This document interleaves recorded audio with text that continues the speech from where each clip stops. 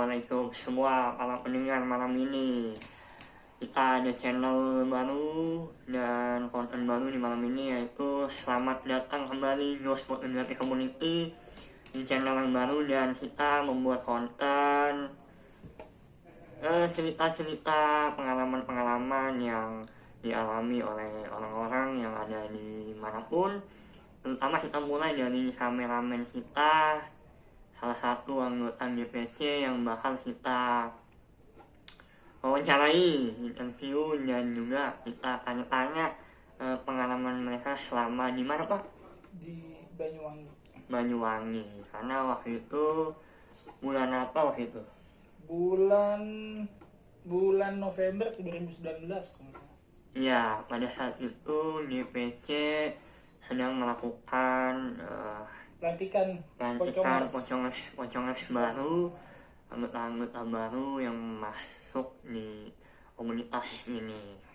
Nah, salah satu anggota kita yang bernama Taufik akan menceritakan pengalaman dia, hal-hal apa yang dia lakukan, hal-hal apa yang dia alami selama di Banyuwangi. Oke, kita telepon aja ya, karena orangnya sedang berada di luar kota dan kita nggak bisa ketemu sekarang ini, jadi melalui via telepon.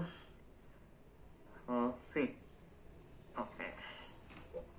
ini ya, kita bakal tanya-tanya langsung.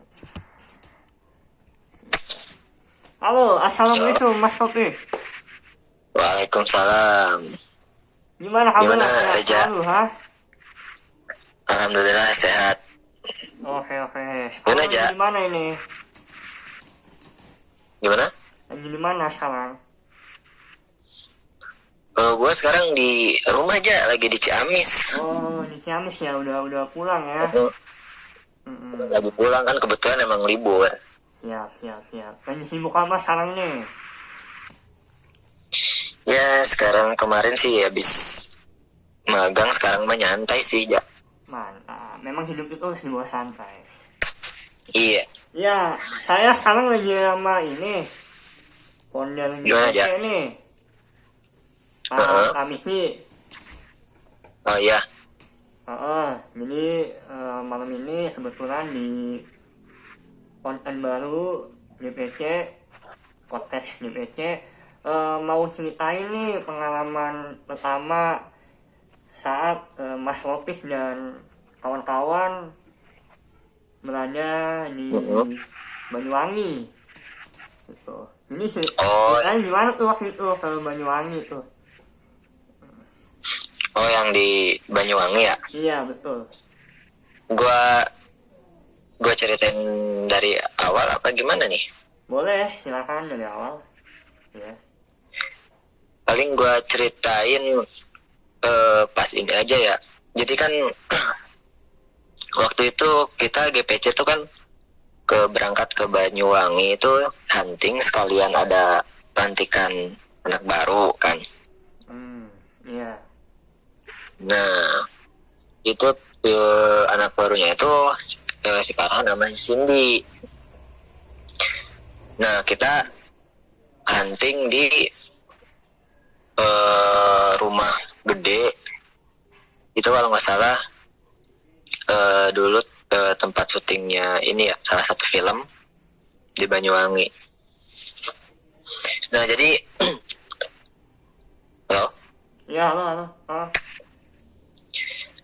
Nah jadi sekitar jam 12 ke atas gitu kan, kita ngadain pelantikan nih buat anak baru si Farhan sama si Cindy. Nah kita masuk tuh ke rumah. Nah pas pelantikannya itu kan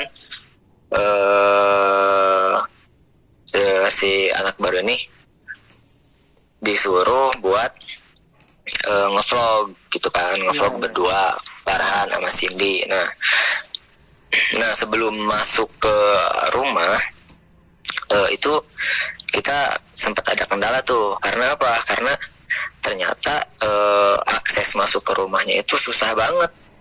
Jadi susah. Jadi pas kita masuk itu apa gerbangnya tuh kan dikunci. Nah kemarin kan rencananya emang udah janjian katanya gerbangnya mau dibukain, ternyata Iya.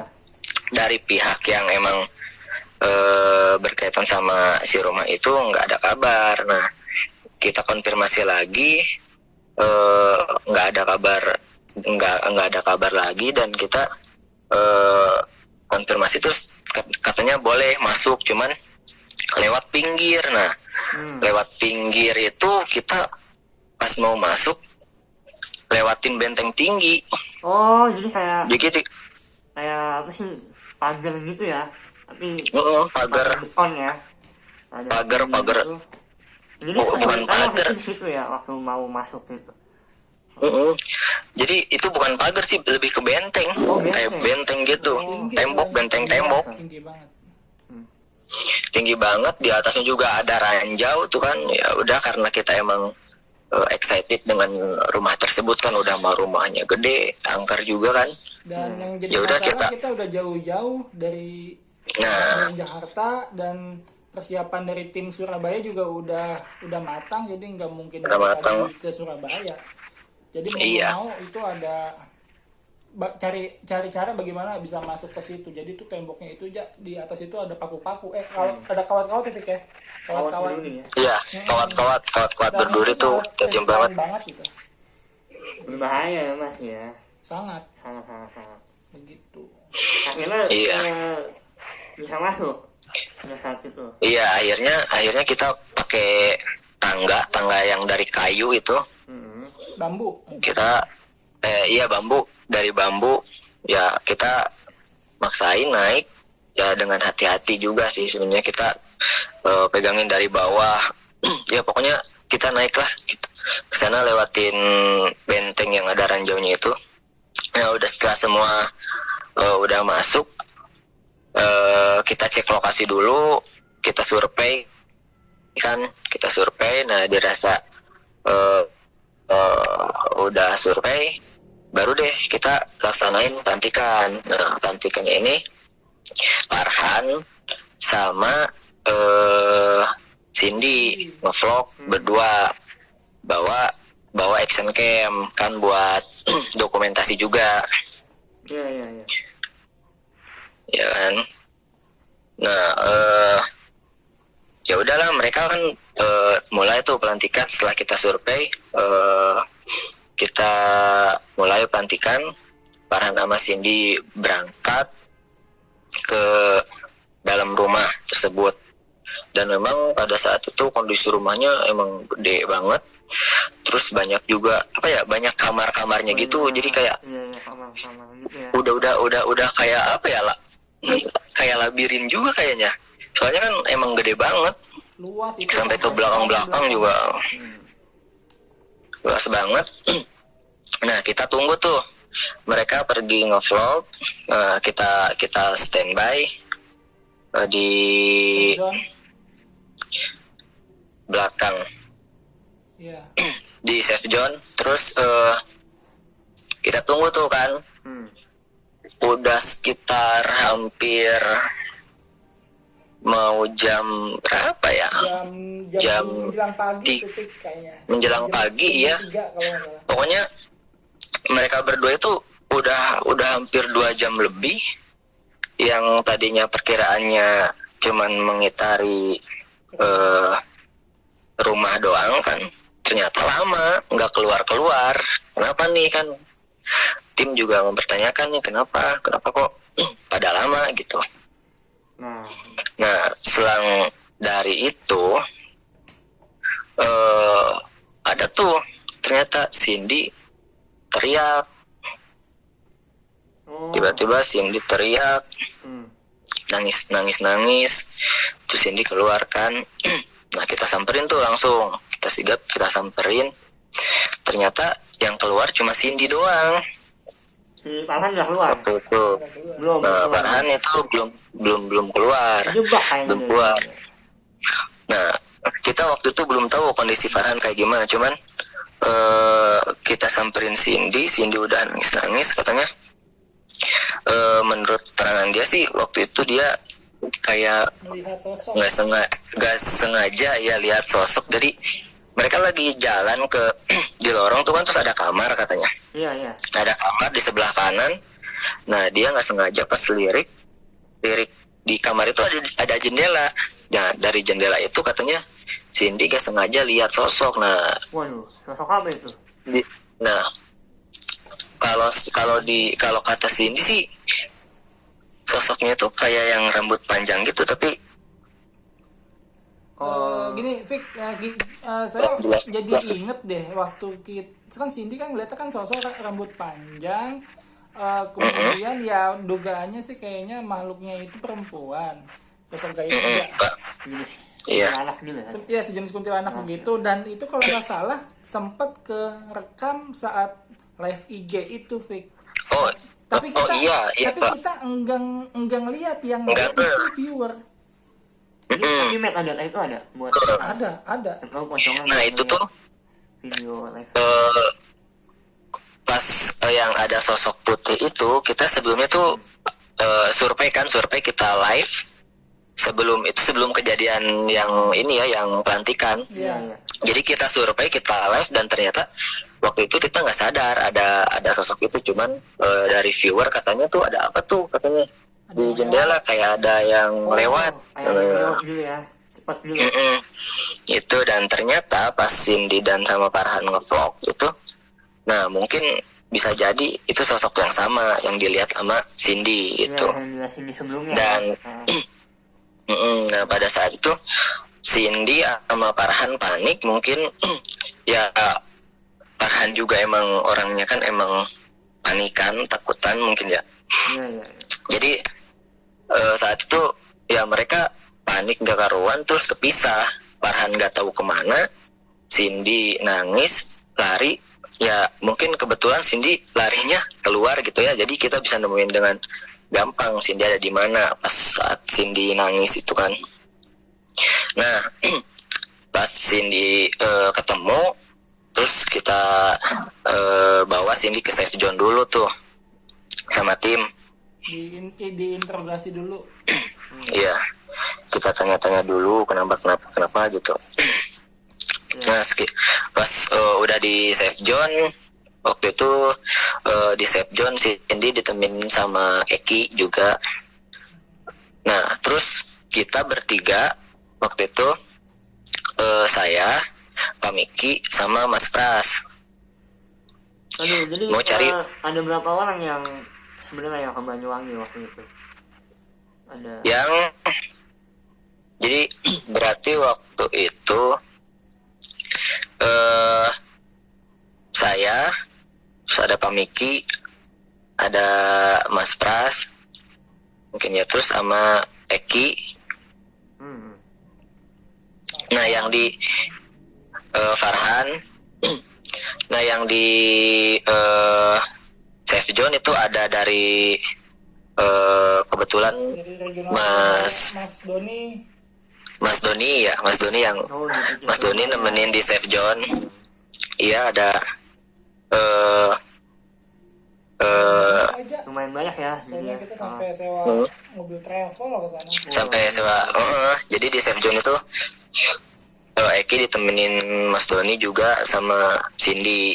Iya. Dan yang paling uniknya begini, Ja, pada Gimana? saat evakuasi, saking paniknya mau evakuasi Farhan, jadi seluruh safe zone itu tumpuk semua, itu pada turun, termasuk driver travel. Levelnya juga ikut juga. Ikutan, itu Ikut drivernya kan ikut Iya. apa namanya, ikutan panik karena keterbatasan cowok ya. Kita kan juga bawa Iya. Iya. pocong wati lah, cewek-cewek. Langsung mati ya Iya. biasanya. Kecamati. Langsung mati. Jadi driver itu turun untuk bantu nyari karena rumah itu luas. Nyari. Jadi kita mencar tuh. Jadi Rofi kalau nggak salah bukan ikut timnya saya, dia ikut Dia timnya ikut. Surabaya. Surabaya. Dia yang mencari, karena kita bagi mencari gitu kan.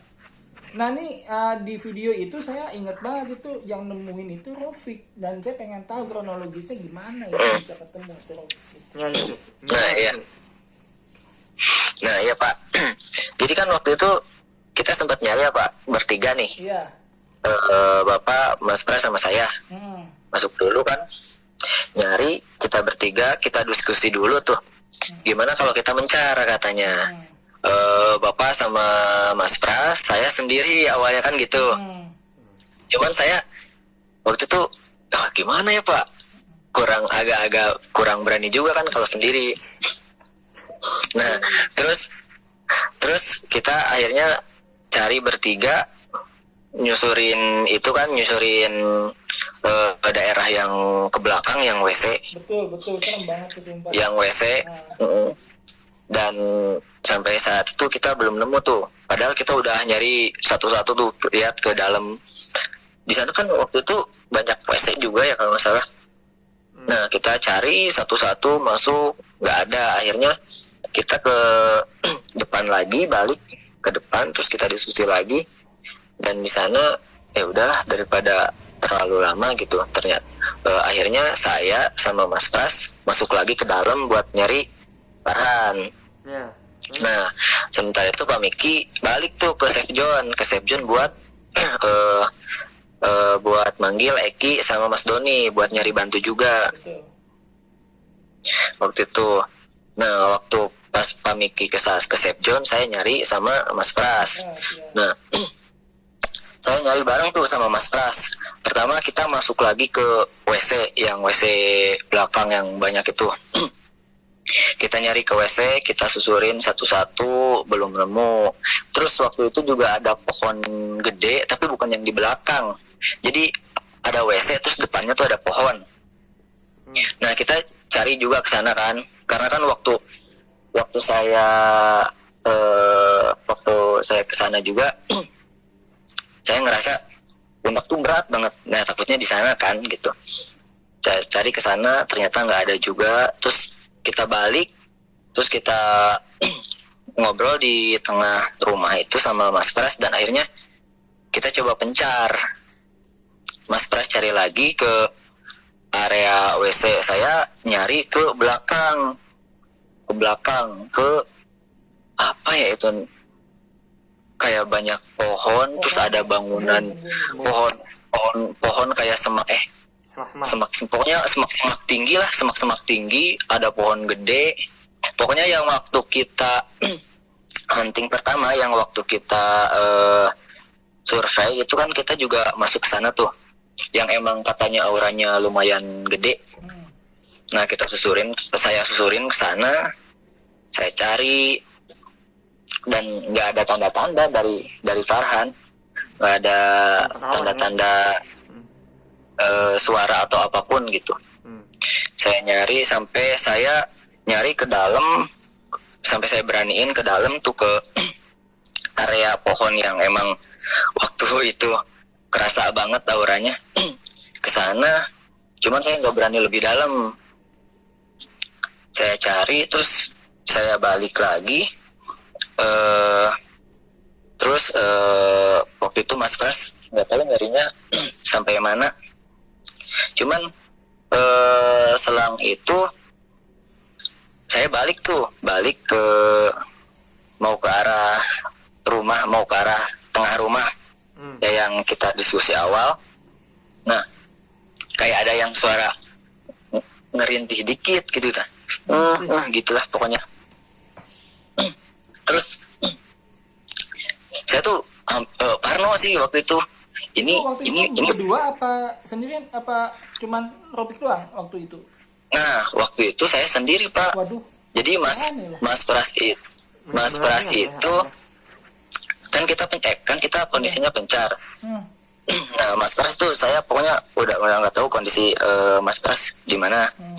Nah saya balik, nah saya dengar tuh suara kayak orang gimana ya, kayak yang udah lemes banget gitu.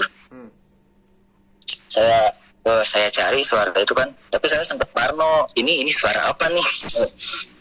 Saya takutnya kan yang aneh-aneh gitu kan. Ya udah, ternyata pas saya jalan suaranya makin deket nih, makin dekat. Ternyata di ruangan paling belakang yang dekat paling dekat pohon itu. Nah saya lihat kayak ada orang.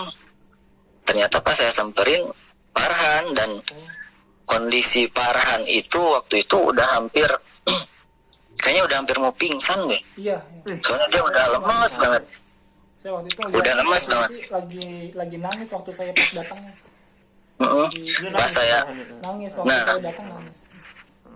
pas saya samperin juga itu Farhan udah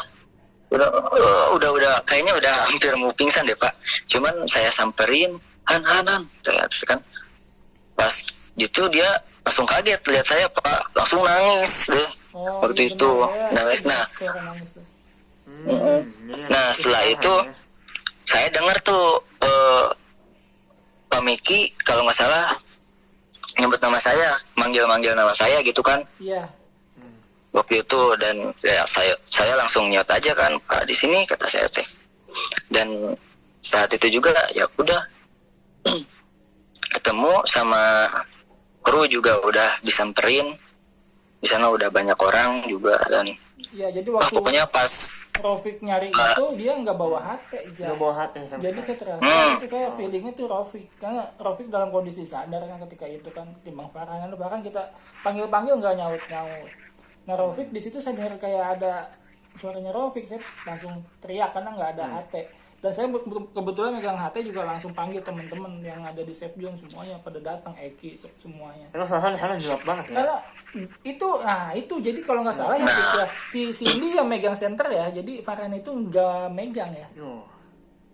iya soalnya iya Pak, waktu itu dia kan pegang kamera ya Pak. Nah Betul. kameranya itu kita temuin udah jatuh Pak, Oh iya betul. Jadi udah nggak ini. Oh iya, jadi kita nemuin kameranya doang ya, Fik ya?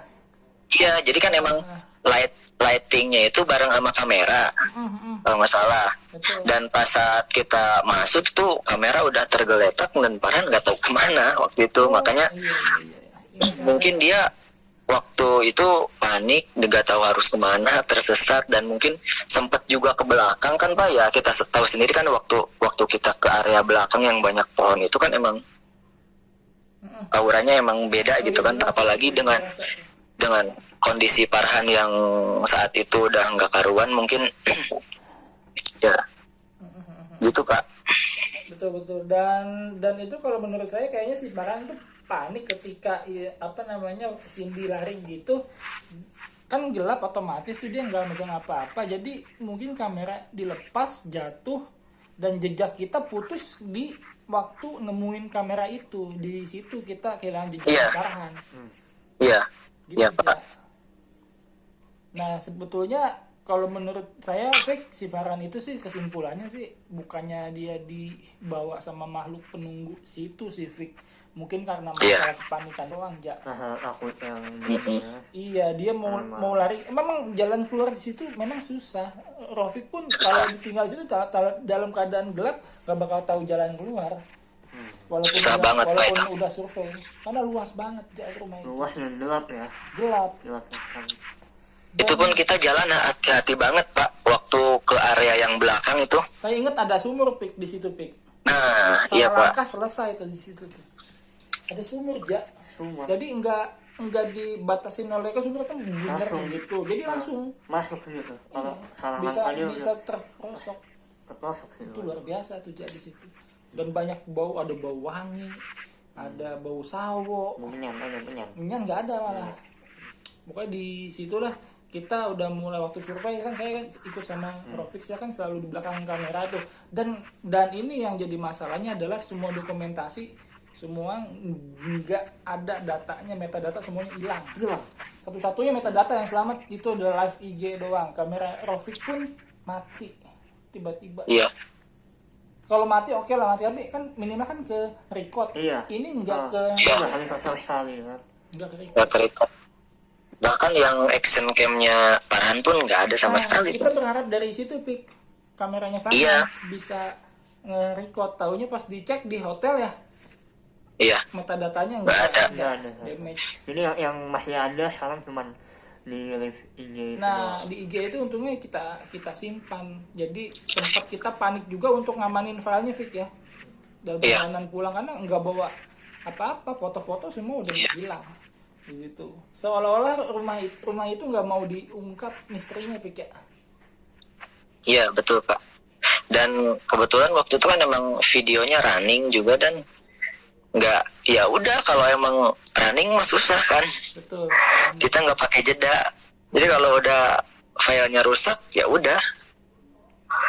Tapi Pik, kalau menurutmu itu rumah apa bekas rumah apa bekas penginapan gitu ya? Karena di belakang itu ada banyak skat-skat kamar gitu, kayak kontrakan gitu. Warga situ pun masih simpang siur juga itu. Iya Stop pemilik. ya sih Pak. Itu juga anehnya tuh, itu rumah gede ya Pak. Terus di belakang tuh kayak ada bangunan lagi, di belakangnya lagi ada bangunan lagi. Nah itu Betul. yang saya heranin, itu bangunan apa gitu kan. Jadi begini, Dan- Ja. Waktu saya sama Raufik waktu survei itu ke belakang, itu ada bangunan lagi. Tapi waktu mau jalan ke sana, kata siapa tuh ketua Surabaya, si Mas Pras itu enggak memungkinkan untuk ke sana dengan alasan bahaya atau safety-nya gitu lah. Ya. Jadi takut ada ular, takut ada sumur kan bahaya. Jadi kita melihat dari jauh aja. Jadi tuh kalau dihitung mah itu kayaknya hektaran gitu ya. Bukan Hektaran Pak. Luas banget ya. Luas banget ya. Kalau Luas Luas banget. Itu kita jalan aja capek itu lumayan. Iya, jadi kan Reja juga misalnya kan ikut ketika itu karena dia tiba-tiba mendadak sakit, jadi nggak bisa berangkat. Saya nggak bisa ikut ke sana waktu itu. Dan tiket pun angus Angus, ya. ya. Lu tuh kagak bisa berangkat. Mohon maaf Pak, mohon maaf. Sayang banget Reja ini. Mohon maaf Mas Topi, aduh. Jadi Pik, kita di nuansa mistis nggak hanya di lokasi hunting. Kalau lokasi hunting udah jelas lah. Di perjalanan pun kita merasakan Pik ya, waktu lewatin alas Purwo. Alas Roban Pak. Bukan, alas Purwo Alas Purwo. yang di Banyuwangi yang hutan-hutan itu. Ya, jadi ada apa itu di sana? Kita ngelewatin patung penari yang kata warga Banyuwangi itu kalau malam itu patung penari itu bisa bergerak. Menyerah sendiri gitu. Iya, ya, Berubah posisi kan. berubah posisi gitu. Ya tangannya itu berubah. Dan kita ngelewatin, tapi kita nggak sempat berhenti karena kita ngejar waktu. Iya. Masih ada matahari di lokasi hunting. Saya jadi mau ngelihat lokasi rumahnya itu sore hari, jadi jangan sampai malam. Jadi kita ngejar waktu, jadi nggak sempat berhenti di patung itu. Gitu ya. Ini waktu itu sampai jam berapa tuh?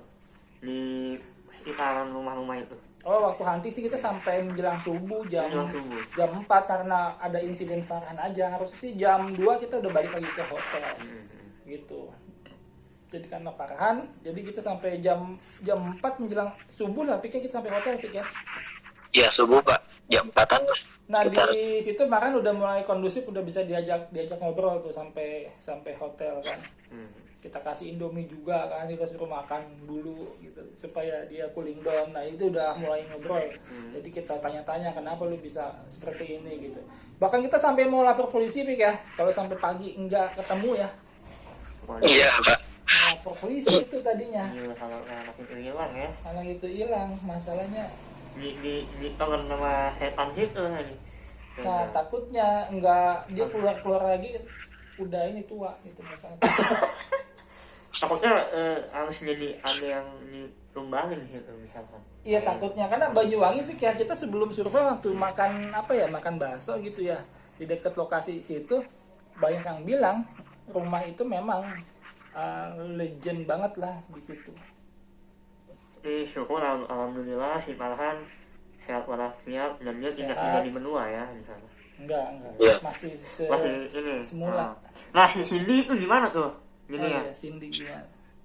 Nih.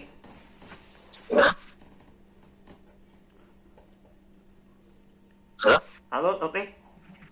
Ya, Ya, jadi Farhan udah selamat nih. Terus gimana aja? Cindy akhirnya gimana sih Cindy? Ya. Oh kalau Cindy kan emang dari awal juga udah kita temuin kan, dan dia waktu itu emang agak susah ditanyain sih waktu kita ketemu. Iya.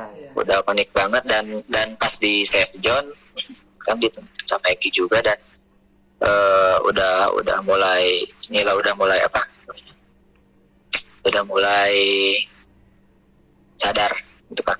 Tapi Fik dia ngajak cepet-cepet meninggalkan tempat itu, Fik.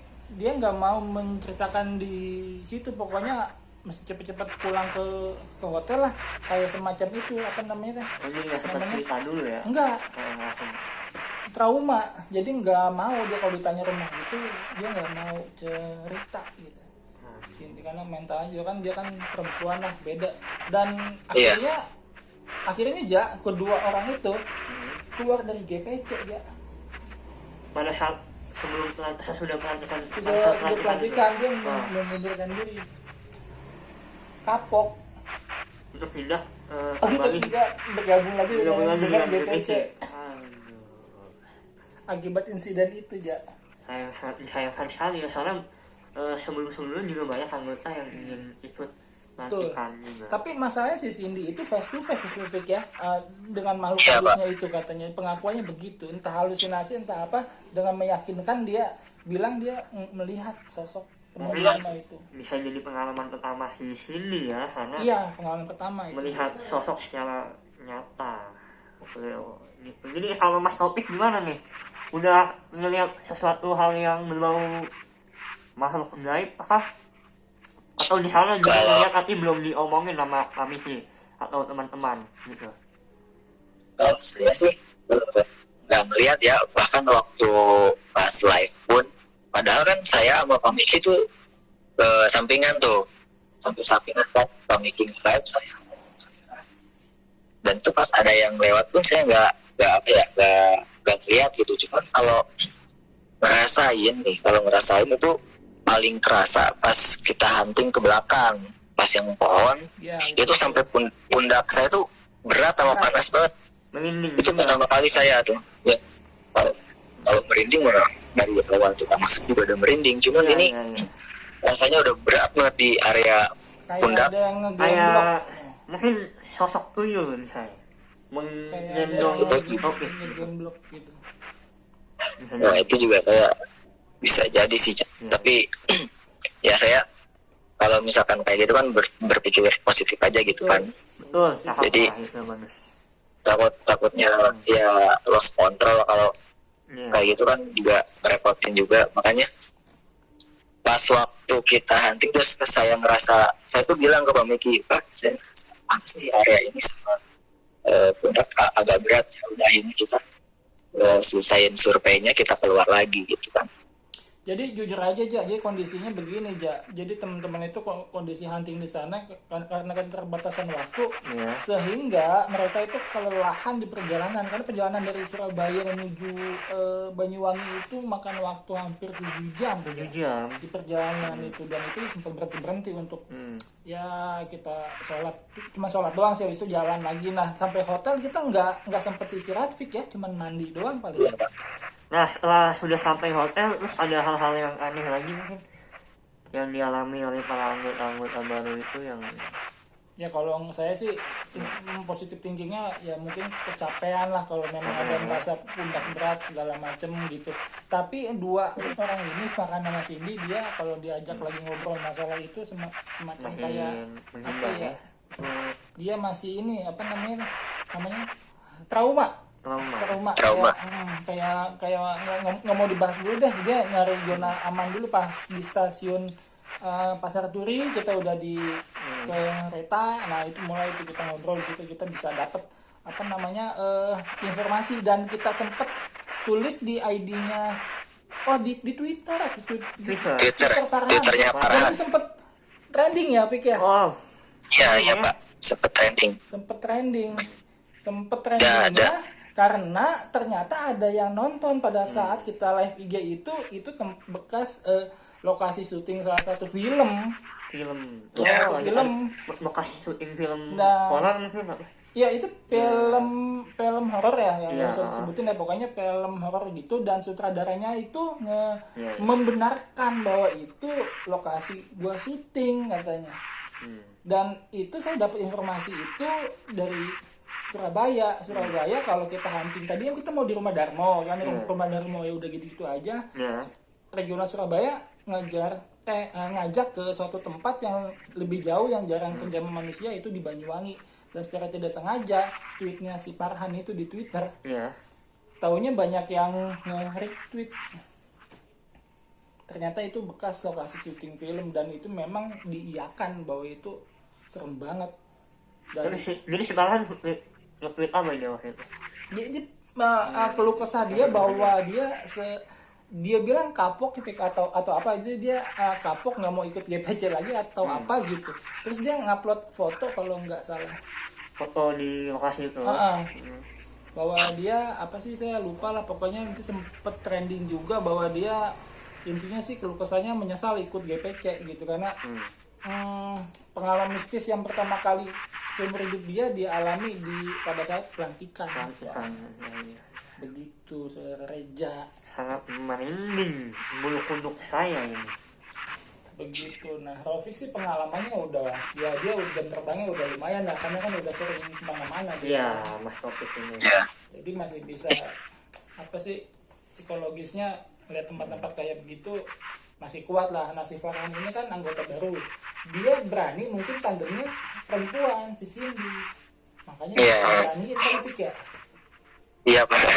Padahal mah takut dia sebetulnya, kelihatan. Padahal dia sebelumnya ini banget Pak, ekspresif banget. Tapi iya betul itu, karena Pas awal.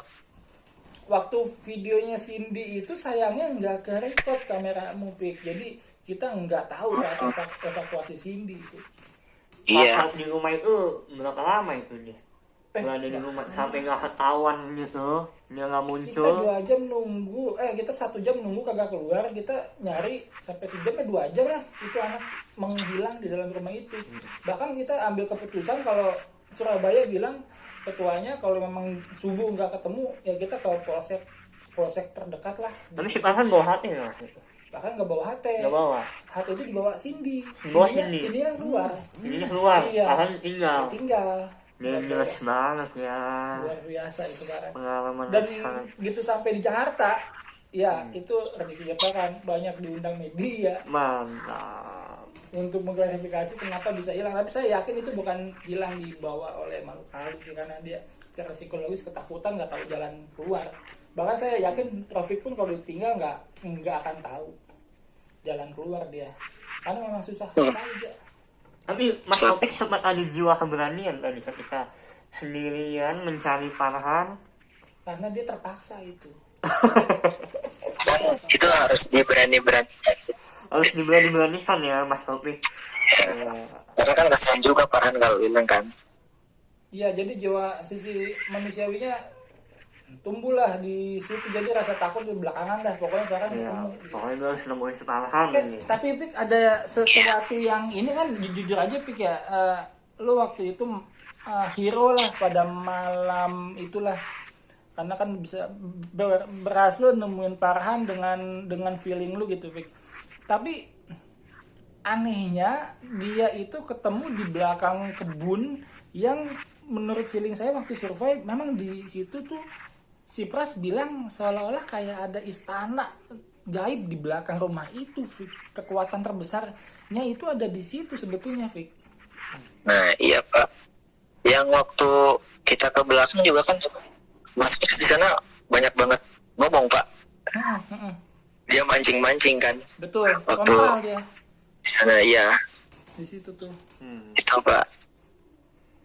Ya jadi memang rumah itu kalau bilang hotel, bukan hotel, itu rumah. Villa, semacam villa. Villa juga enggak, itu luas banget ya. Itu setelah rumah itu belakangnya lagi ada rumah lagi, ada bangunan lagi. Kayak semacam kayak ada garasi mobil, Fik ya, cuman udah ketutup alang-alang. Di situ. Iya. Dan ada pencahayaan sama sekali gitu. Nggak ada, gelap Nggak banget. ada. Pencahayaan pokoknya dari lighting aja. Kita bersyukur tuh lighting kita satu masih hidup tuh, lighting yang besar tuh. Sisanya itu pakai headlamp. Headlamp paling berapa sih jarak radiusnya? Nah, ngomong-ngomong masalah istana gaib nih. Itu kalau ada istana gaib, bisa jadi di tempat itu dulu pernah ada sejarah atau mitos kayak peninggalan kerajaan-kerajaan mungkin, atau seperti apa yang telah didapat di sana? info-info Ya waktu observasi sih, ya waktu observasi itu saya ya sama Mas Pras itu saya nanya sama warga sekitar bahwa yang namanya tanah Banyuwangi itu kan terkenal sama mistisnya. Jadi memang ya kita sebagai pendatang di situ tujuannya lu ngapain sih kesini gitu, mau cari-cari penyakit gitu kan, malam-malam gitu sangat riskan gitu. Warga juga tidak, sebetulnya juga aneh juga, lu berani amat sih kesini malam-malam dan itu cuma masuk ke dalam rumah itu berdua sendiri-sendiri gitu kan. Nah dikhawatirkan sih sebetulnya kekuatan mistisnya itu yang membahayakan, tapi kan GPC itu kan bukan melihat dari sisi itu, kita ngeliat realistisnya aja, kayak tadi ada sumur ya. ada takut ada kawat nyangkut. Nah itu kan sisi bahaya realistisnya. Kalau yang itu sih kita betul kata Ropik, positive thinking aja. Jadi untuk sejarah pastinya itu masih jadi misteri ya, rumah itu bekas apa kita nggak tahu. Real istana gaib segala macam banyak yang bilang sih memang. Tapi yang kita sisi rasionalnya kita nggak dapetin rumah itu sebetulnya ya, milik siapa dan itu dulunya bekas apa. Jadi kita nggak sampai sekarang masih belum nemu. Yang kita nemu cuman ini aja Fik ya, apa sih bekas lokasi syuting. Iya, bekas-bekas syuting. Nah itu doang yang kita nemuin faktanya di situ. Di WC. Kenapa WC Fik? Di WC juga apa yang itu yang bercak merah itu tuh. Iya. Masih jadi pertanyaan Pak. Di situ Bekas kayak apa itu ya? bekas ada pembunuhan. Tadi kita pikir itu bekas tempat pembunuhan Fik, karena ada bekas darah. Cuman sisi rasionalnya karena itu kita begitu pulang di hotel sempet naik kan trending, dan itu bekas lokasi syuting karena ada yang lihat live IG kita juga, ada yang udah pernah, mungkin ada yang pernah nonton filmnya, mungkin ya itu bekas efek film kali lah gitulah. Jadi nggak sampai berpikir macam-macam gitu. Terus yang katanya si Farhan atau siapa tadi sini yang melihat makhluk halus itu kan perempuan ya, dan kita yang lihat yang di live IG pun nanti menonton ya teman-teman Pocongers bisa balik lagi ke video sebelumnya, itu ada di menit berapa gitu di awal tuh, itu lewat 2 kali di jendela, nampak jelas dan menghilang di jendela yang kedua. Dan itu saya dikontak lewat HT di Safe Zone, dan ada viewer juga mengatakan di saat live itu di situ ada yang lewat barusan. Tapi saya nanya teman-teman sih, Pras, Rofik, lu lihat nggak? Bilang enggak.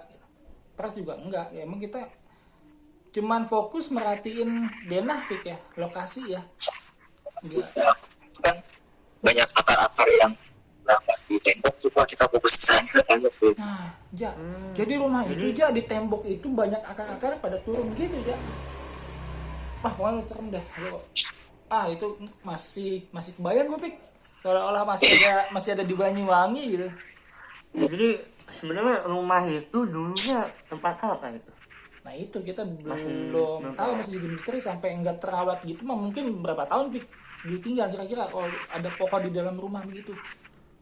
20 tahun ada kali ya. Tahunan Iya, puluhan tahun lah. Puluhan tahun ya. Ya karena sudah belakangan. Bangunannya sih kokoh ya. Bangunannya kokoh, masih ada atapnya, masih ada gentengnya. Tapi ada pohon di dalam rumah tumbuh. Pohon di dalam rumah? Dia tumbuh gitu. Akarnya itu sampai menjalar kemana-mana. Kayaknya bangunan itu bangunan Belanda, Fik ya. Kokoh banget soalnya, Fik. Kalau dari model rumahnya desain rumahnya rumah Belanda. Kalau kayak saya sih, saya pikir ya rumah Belanda, bangunannya kokoh soalnya. Gitu. Tapi warga situ sering ke situ, ada yang sering ke situ apa? Nah, setelah kita ke sana, karena itu sempat jadi trending, banyak warga datang ke lokasi itu pada eksplorasi sendiri. Akhirnya langsung banyak yang tapi datangnya siang, kebanyakan. Kita doang yang malam, itu pun kita nekat. Karena kita udah mau bayar orang nih, jadi regional Surabaya udah kondisikan bayar orang. Lu bukain kunci gua masuk, ya kita kasih lah buat uang rokok. Tapi dia malah kagak datang. Kagak datang. Akhirnya kita bayar itu ya Pik ya, kita minta tolong sama warga dekat rumah itu, ya kita kasih Iya. kopi lah, uang rokok, minta tolong datang jauh-jauh dengan nego sebagai macam, akhirnya kita untungnya diperbolehkan, jadi nggak sia-sia gitu. Jadi kita merasa di apa ya, kayak kalau dibohongin sih enggak, kayaknya sih memang dibohongin sih, karena kita datang ke sana janjian orangnya Nggak ada. kagak muncul. Nggak muncul. Jadi kita lewat jalan pakai plan B, pakai tangga. Tapi sebenarnya ada yang megang kunci kan buat buka panduan itu. Awalnya kita Ada. janjian, dia Ada. ada, dia udah nelfon pengen datang, tapi malam nggak datang. Dan jujur aja Fik ya, kita masih keinget lelahnya pulang hunting itu, kita istirahat ternyata bukan tidur di hotel Fik, karena ada insiden Farhan. Jadi kita tidur itu di perjalanan pulang menuju Surabaya. Wah, ya. Iya. Jadi nggak sempat tidur di hotel aja. 7 jam baru nyampe Surabaya tuh asal tidur ya, istirahat ya dari malam itu ya. Itu luar Yang biasa benar-benar biasa capeknya. itulah pelantikan dos fotografi community untuk anggota-anggota yang ingin masuk, harus disuguhkan dengan adrenalin dan tidak sembarang orang yang bisa masuk ya. Betul, dan toh akhirnya juga Cindy sama Farhan juga dia keluar dari GPC, dan bahkan Farhan itu curhatannya itu sempat jadi trending karena pengalaman dia pertama kali luar biasa di GPC. Saya sih nggak ada masalah sih, dia mau keluar makanya ya haknya beliau, tapi setidaknya dia tahu bahwa hal yang bersifat gaib itu ada. Begitu. Jadi ada ini nggak, kayak ada tips gitu nggak, misalnya buat anggota baru yang ingin ikut Ya kalau GPC? tips sih ya paling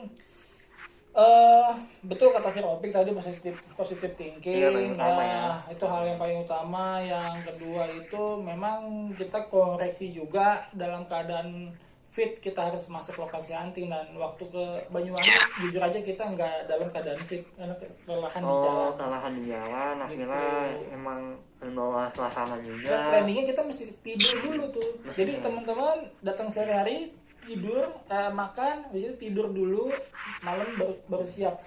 Karena kita kelamaan di jalan, jadi sampai di sana tuh pas maghrib. Jadi mandi, makan, nggak sempet tidur, langsung berangkat.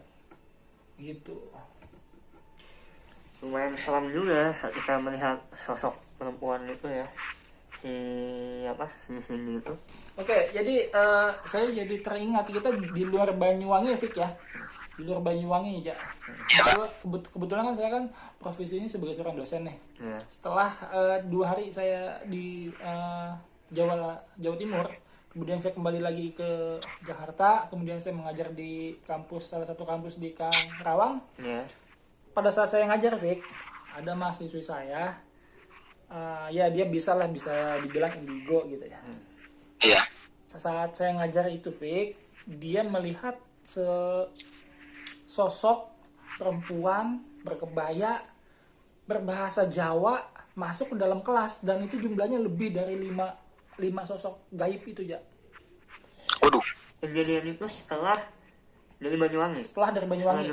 Dari Banyuwangi. Ya, dia hampir 10 sosok gaib ngikutin saya masuk ke dalam kelas, dan si mahasiswi itu yang lihat itu dia merasa nggak nyaman ngelihat Oke, kita hubungan ini jaringan terputus. terputus ya. Coba kita hubungnya lagi Mas Opiknya. Mungkin tuh ringing. Oke, halo Mas. Iya, halo. Oke, sempat terputus. Terputus, Pak. Ya, kita lanjutin lagi ya. Oke. Jadi Enggak, tadi pas Bapak bilang itu saya merinding, Pak. nah, itu saya teringat Fik. Jadi saya curhat sama istri saya tuh, waktu itu ada mahasiswi ngelihat saya, ada iklan lewat motor. Karena kita video diambil belum malam-malam banget, ini diambil pukul 11 ya. Iya, pukul 11 ya. Jadi kembali lagi ke cerita tadi, ketika saya masuk ke dalam kelas, itu ada sosok lebih dari hampir 10 orang gitu, perempuan semua Fik. Dia pakai baju kebaya dan dia ngomong bahasa Jawa. diajak komunikasi lah sama si mahasiswa saya yang indigo itu, dan dia Iya.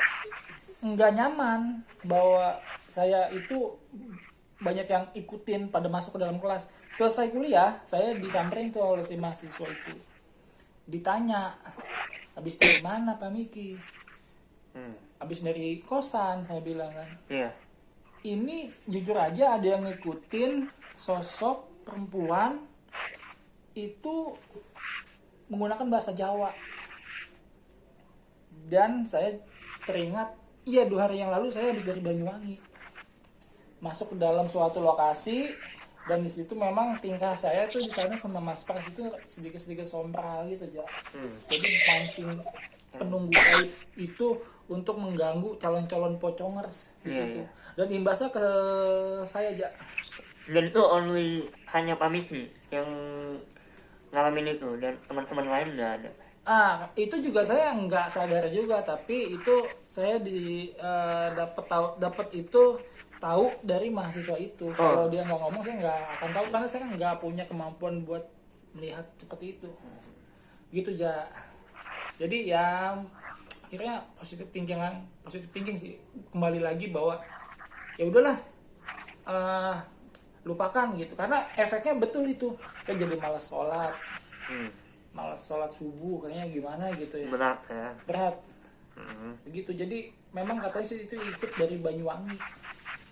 Gitu aja. Oh, Nempel aja. Kalau Rofik gimana, Pik? Ada pengalaman sampai ke rumah nggak? kalau pengalaman kalau sampai se ekstrim itu enggak sih Pak, cuman saya tuh kalau di kosan nih Pak yang waktu pulang dari Banyuwangi. Nah, pada saat saya kondisi lagi ngedit itu kayak gak tahu halusinasi atau apa gitu ya Pak, kayak ada yang lewat padahal kondisi lagi sepi. Cuman itu sih Pak yang saya rasain waktu sehabis pulang dari sana. Tapi nggak tahu ya, karena saya nggak peka juga gitu kan, emang kurang peka orangnya. Jadi Rofik memang tidak ya. ini peka di dunia gaib maupun di dunia nyata. Tapi kalau masalah hubungan gimana Pak? Santai aja. Sana Di bawah santai aja. Iya. Nggak pernah ada yang ngatur. Nggak bakal. Iya. Emang kalau orang-orang yang selalu positif itu susah nempel setan gitu. Iya. Apalagi orang yang tidak peka. Iya, tidak peka. Kan juga malas mau nempel. Cuek, gue dicuekin nih. kan ada untungnya juga kalau nggak peka kan. Iya. Tapi dalam hal yang itu ya, maksudnya ya nggak peka dalam hal apa sih namanya ya, yang kayak gitulah. Iya. Oke. Terus akhirnya dan kayak orang lewat itu cuma sekali doang nih yang lu alamin. Hampir beberapa kali sih. Ya itu juga nggak tahu sih karena halusinasi atau apa, nggak tahu saya juga. Cuman ya ada kali sekitar 3 kali 4 kali mah. Dan kejadiannya itu selalu malam ya apa gimana? Itu selalu malam. Selalu malam. Selalu malam. Iya, memang dia mengantuinya malam dia. Nah setelah bapak ke kampus dan ketemu mahasiswa bapak itu, terus tetap masih ada.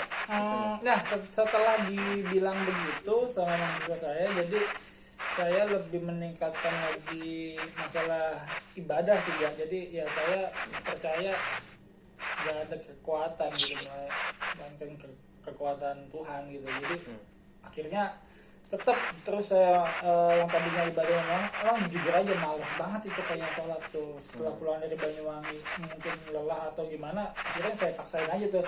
Toh sekarang juga ada fine aja sih, ada masalah. Toh kita juga sering banget ke lokasi kayak gitu aja. Waktu itu kan kita kan ke gua Jepang juga kayak begitu. Iya, fine aja. Covid juga ngikut aja jadi kamera. Iya, kamera. Lu nggak ada takutnya? Ya karena intinya sih positif thinking ya, karena kalau kita negatif pasti setan seneng yang negatif gitu. Kalau kita bawanya positif, selalu berpikir happy, bahagia, pasti setan juga malas mau bikin lo sedih gitu kan. betul. Bikin lo nangis. Gimana nih caranya orang bisa nangis? Iya, Gitu kan. benar-benar. Juga. Iya, masuk akal juga nih. Kecuali disogok sama setan. Disogok. Lu nangis dah pulang dah biar gue menang. Oh gitu ya. Oh, bisa gitu ya. Ini nggak mungkin kan setan nggak ada duit. Nggak ada yang nyogok itu ya koruptor Koruptor. gitu. Yang mereka duduk di atas bangku. Tapi kan tadi gue udah nanya Ropik, lu kan sebagai host di Iya. sini. Sekarang gue pengen nanya dong sama hostnya, boleh dong? Boleh tanya aja Nah, gue sepuasnya. pengen nanya, Heeh. lu bukannya host jalan-jalan misteri, kenapa ada di sini? Nah, benar sekali, karena harusnya saya isi konten di jalan-jalan misteri. Akhirnya jalan-jalan misteri berhenti untuk vakum beberapa hari. Dan Kenapa tuh vakum? ya sebabnya karena kita mungkin sedang mengalami pandemi Oh, pandemi. dan COVID-19 ini menyerang wilayah-wilayah sehingga kita tidak bisa menyentuh wilayah-wilayah yang ingin kita telusuri lagi.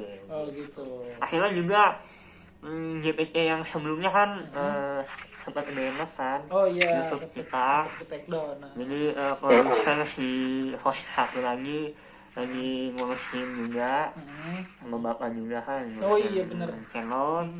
Ya akhirnya kita bikin channel di sini dan akhirnya pasti bakal ada lagi kok JJM yang disutradarai oleh produser Depeng Kurasi dan juga host Reja Kurasi bersama kameramen yang tentu wajahnya tidak ingin diperlihatkan. Saudara Ropik Ulap. Tapi akhirnya dia sosoknya muncul waktu di Bandung ya. Justru yang viral itu dia muncul gitu. Muncul. Tapi yang berbau hal-hal yang nggak viral Dia nggak mau muncul. nggak mau muncul. Kenapa itu? Jadi dia ngeliat timingnya aja. Ada waktu-waktu yang harus dia bisa naikin pamor gitu. Betul. Tapi dia bagus kameramen. Bagaimana JJM kameramen siap untuk mengudara lagi? Siap. Ayo laksanakan. Oke. Kalau disuruh perlihatkan wajah siap? Kan saya ngawera. Oh, Masa nge-vlog. Bareng nge-vlog dong. Banyak netizen Iya. mau tahu kameramennya yang mana, cuman suara doang. Jadi ada ribuan bahkan jutaan netizen di luar sana yang penasaran siapa sih kameramen sosok di balik.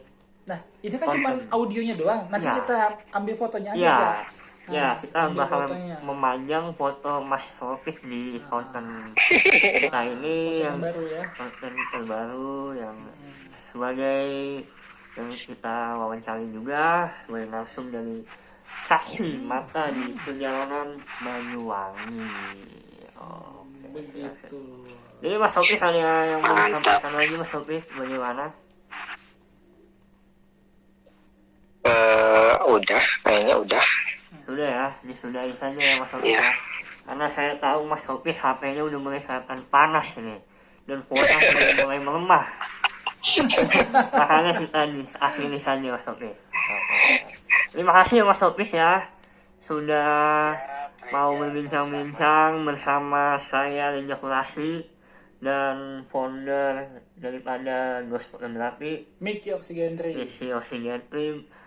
Next time kita kalau ada cerita lagi pasti bakalan dihubungi lagi Mas Ropik dan juga pasti bakalan stay tune lagi di jalan-jalan misteri, oke? Oke. Iya, makasih Mas Ropik, mohon maaf mengganggu. Bila saya ada salah, mohon dimaafin. Bila Mas Ropik ada salah, nggak saya maafin. Terima kasih. Assalamualaikum Mas. Ya. Waalaikumsalam warahmatullahi. Ya, Oke, jadi Pak. mungkin Jadi- begitu sih pengakuan Raufik. Jadi banyak yang penasaran. Jadi Raufik itu saksi mata karena dia yang menjemput Farhan intinya. Dia the hero di malam itu. Menolong sang penghilang. Iya. Jadi begitu. Jadi bisa tahu netizen kronologisnya seperti itu. Iya, ada lagi hero yang kedua yaitu driver travel. Reva. Dia yang nyari tangga, minjem tangga ke tetangga. Minjem Tanpa tangga dia- ke tetangga. Bukan tetangga sih, warga sekitar. Minjem tangga ke tetangga. Enggak, gue cuma bercanda doang. Jadi Iya. tetangga itu kagak ada, sebelahnya itu udah sawah-sawah. Sawah-sawah. Rumah itu jadi ke rumah warga. Kayak gitu, Ya, Mas artinya Reza. si Mas Pemfron ini adalah penolong tanpa dia DPC nggak bisa naik Nggak atas. bisa naik ke atas, karena nggak ada tangga. Nggak ada tangga. Oh ya betul sekali, kita udah di lanjut sesi terakhir dan saya mau menyampaikan bahwa buat kalian Poconos yang menanti konten JJM, kita bakalan upload lagi di bulan ini, tetap ya pasti bulan ini bakal ada. Atau kalian teman-teman kawan-kawan juga ada cerita yang ingin disampaikan, bisa kita hubungi dan kirim aja nomor telepon kalian atau cerita-cerita yang ingin kalian bahas. Kita bisa touching secara santai di nomor atau bisa kirim DM Di di DPC.id. DPC.id. Oke. Ya. Sekian dari kami. Tetap terus stay tune di YouTube channel terbaru Ghost Photography Community. Bye.